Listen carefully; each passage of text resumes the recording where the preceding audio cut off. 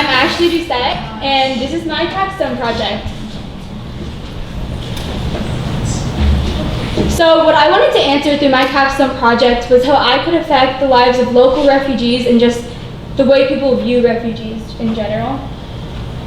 So to start out my project, I really just started by researching and educating myself, and that started with just a basic definition, which is that a refugee is a person forced to leave their country and seek refuge in another country.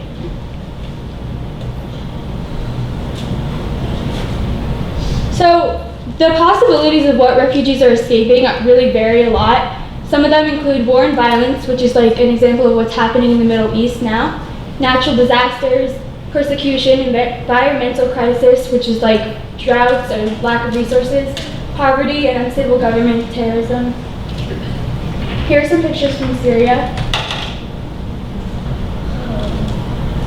So generally the main regions that are currently going through refugee crises include the Middle East and North Africa, and there are some of the specific countries. And here's a map of the countries where Mercy Corps is currently providing aid in. So the next topic I focused on was the risks involved for refugees leaving their country, and I found this topic particularly interesting because I think it really proves how desperate and necessary it is for them to leave their countries and how bad their situations have become. So for refugees leaving the country, depending on the mode of transportation, if they're using a boat, there's a huge risk of it capsizing, especially because they're using what's available. They're not using something meant to travel across seas for days and days. They may run out of food or a sanitary water source. Sickness and disease can spread, especially through the refugee camps. And yeah, depending on what's going on in the country too, that can affect it.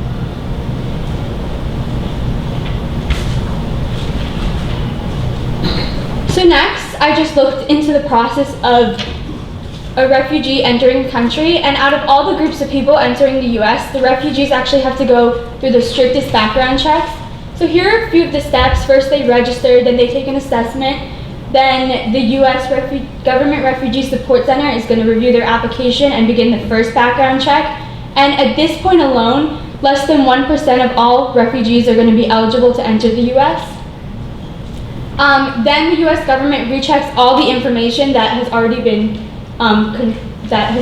taken, and then they have a face-to-face interview, and then refugees are screened again by U.S. Customs and Border Protection. And there's also additional screening for Syrians.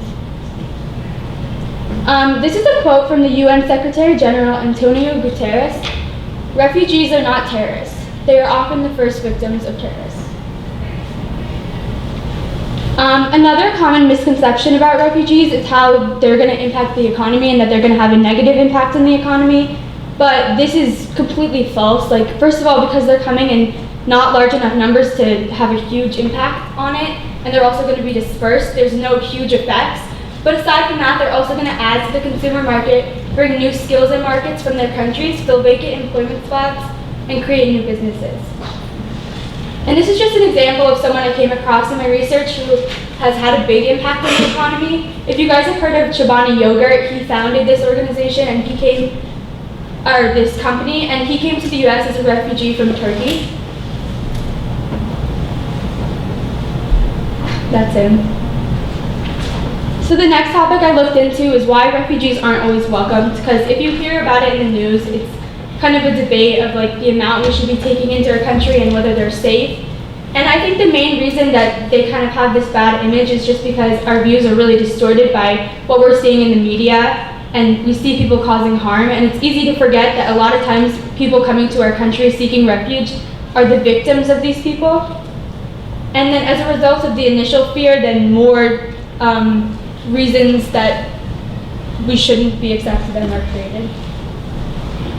How are refugees being dehumanized? Like any other large group of people, you know, it's easy to kind of group them together and forget that they're just normal people who had, you know, traumatic events happen to them and are trying to escape that. This is a piece of propaganda that I came across through my research, and this was used during World War II when the Jews and other groups of people were trying to escape Europe. And it portrays them as like rats trying to get into like a house or something and then being swept away, kind of showing that they're like not deserving of help. And that's definitely relevant today. So why I chose this topic for me is I think I was first brought to it just through current events in the news, because a lot of the situations in other countries have also just escalated to a really bad place. Sorry. And it got me wondering why we kind of developed a fear of refugees, and I also wanted to just involve myself in some activism and see how I could make America more welcoming. So these are the 3 general steps: just research, getting involved in the political process myself, and then organizing my own event.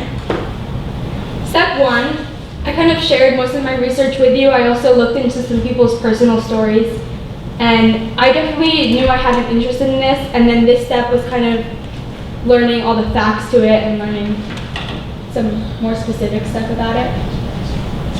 So step 2 was getting involved in the political process.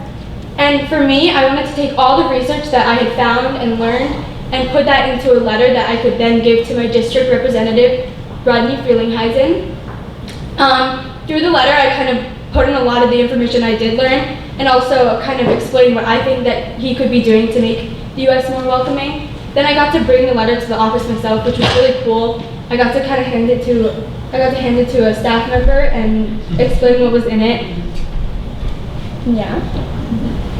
And then the last step for me was organizing my own event and drive. So the first part to this was just finding the right organization. Because it was a kind of community event, I wanted this organization to be like really personal and like I would know where it was going to be going. So after finding the right organization, which was an organization called RAM, which stands for Refugee Assistant Morris Partners, I went to one of their meetings and found out what specifically would be most helpful to them, and I landed on a drive to raise like baby supplies because the second family was expecting a baby soon, and then it was just working and collecting this stuff.